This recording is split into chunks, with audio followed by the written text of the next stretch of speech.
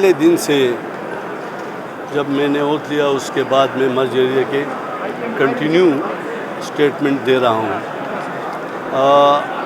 محترم وزیر اعلیٰ صاحب نے آج اسمبلی میں کہا آپ کی وساطت سے مجھے یہ میں سن رہا ہوں تو چاہیے تو یہ تھا کہ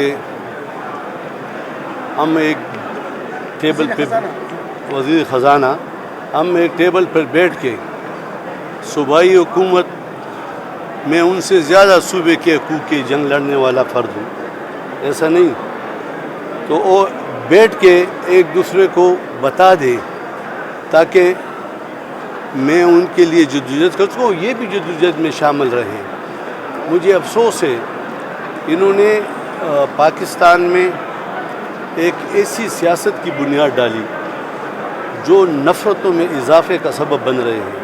لیکن میں ریاست کا زبان بولوں گا اور ریاست کی زبان جو ہے وہ آئین ہے, اور آئین پاکستان سے کبھی بھی میں باہر نہیں نکلوں گا, باوجود اس کے کہ مرج ایریا جب مرج ہو رہے تھے ہماری جماعت اس کی مخالف تھی, لیکن جب امینڈمنٹ ہو گئی تو اب چونکہ آئین کی زبان ہے ہم اس کی حمایت کریں گے.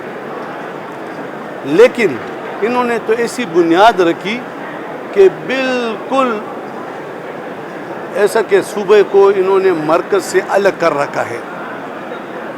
اب سیاسی اختلافات یہ ہر جماعت میں ہوتے ہیں اور مستقبل میں بھی ہو گئے اور ماضی میں بھی تھی, لیکن جب یہاں پر MMA کی حکومت تھی تو اکرم خان درانی نے سیاسی جماعتوں کے تمام مشران اور MPs کو اکٹھے کر کے کتنا 1.5-2 مہینوں انہوں نے محنت کی, اور جا کے یہ جو آج یہ کہہ رہے ہیں کہ ہمیں اتنے پیسے نہیں ملے, بجلی کے مد میں ہمارا جو حق تھا وہ یونانیمس اپروو ہو کے وہ ملنا شروع ہو گیا. تو میں ان کو کہتا ہوں کہ سیاست ہم اس ایوان سے باہر کریں گے.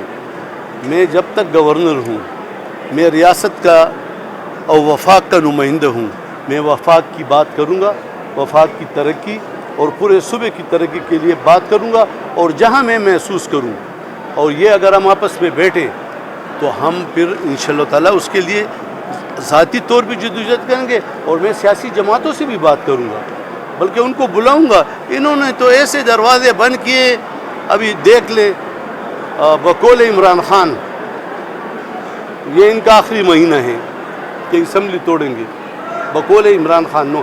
جبکہ میں کہتا ہوں نہیں, ان کو اپنا جمہوری رول ادا کرنا چاہیے. اسمبلی ٹوٹنے کے لیے نہیں, اسمبلی جوڑنے کی باتیں کرتے ہیں. ٹوٹنا ملک اور قوم کا نقصان ہوتا ہے, لیکن میں پھر بھی انشاءاللہ تعالیٰ کوشش کروں گا, اور اب میں معلومات حاصل کر رہا ہوں, اور انشاءاللہ تعالیٰ وزیر اعظم سے آپ سب دیکھ لیں گے کہ جلد دنوں کی بات ہے, یا میری ان سے ملاقات ہوگی یا انشاءاللہ گورنر ہاؤس آئیں گے.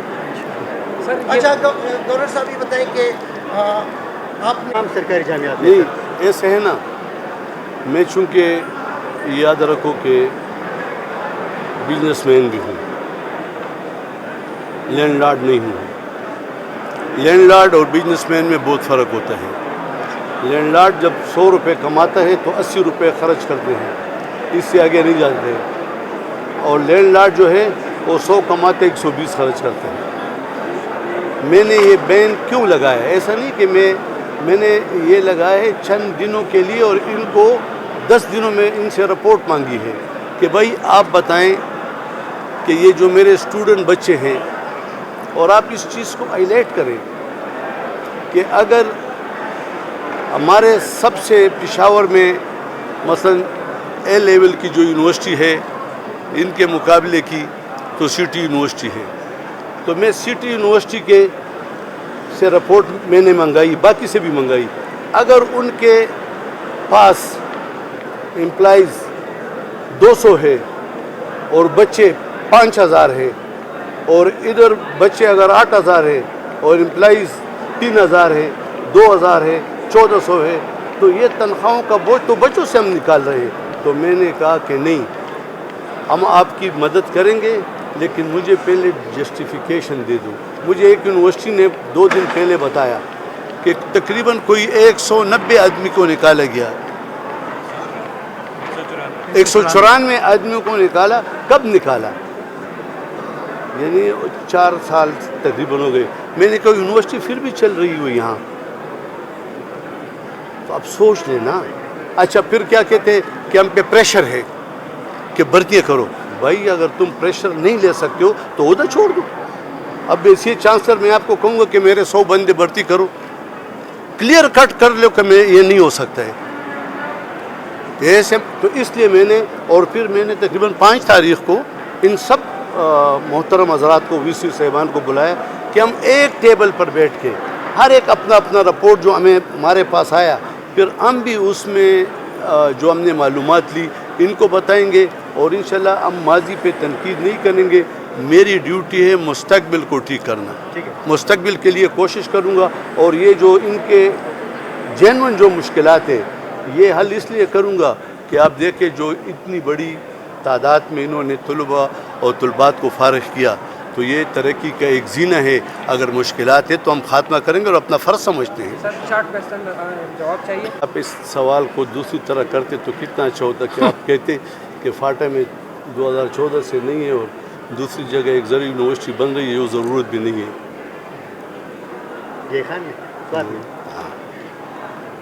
اگر اس طرح کہتے، مرج ایریا کا لوگوں کی شکایت بھی یہ ہے، میرے پاس بہت بڑے جرگہ ہیں کہ ہمارے جو فنڈ آئے ہیں وہ بھی ہم پہ خرچ نہیں ہوئے، دوسرے ضلع میں گئے ہیں.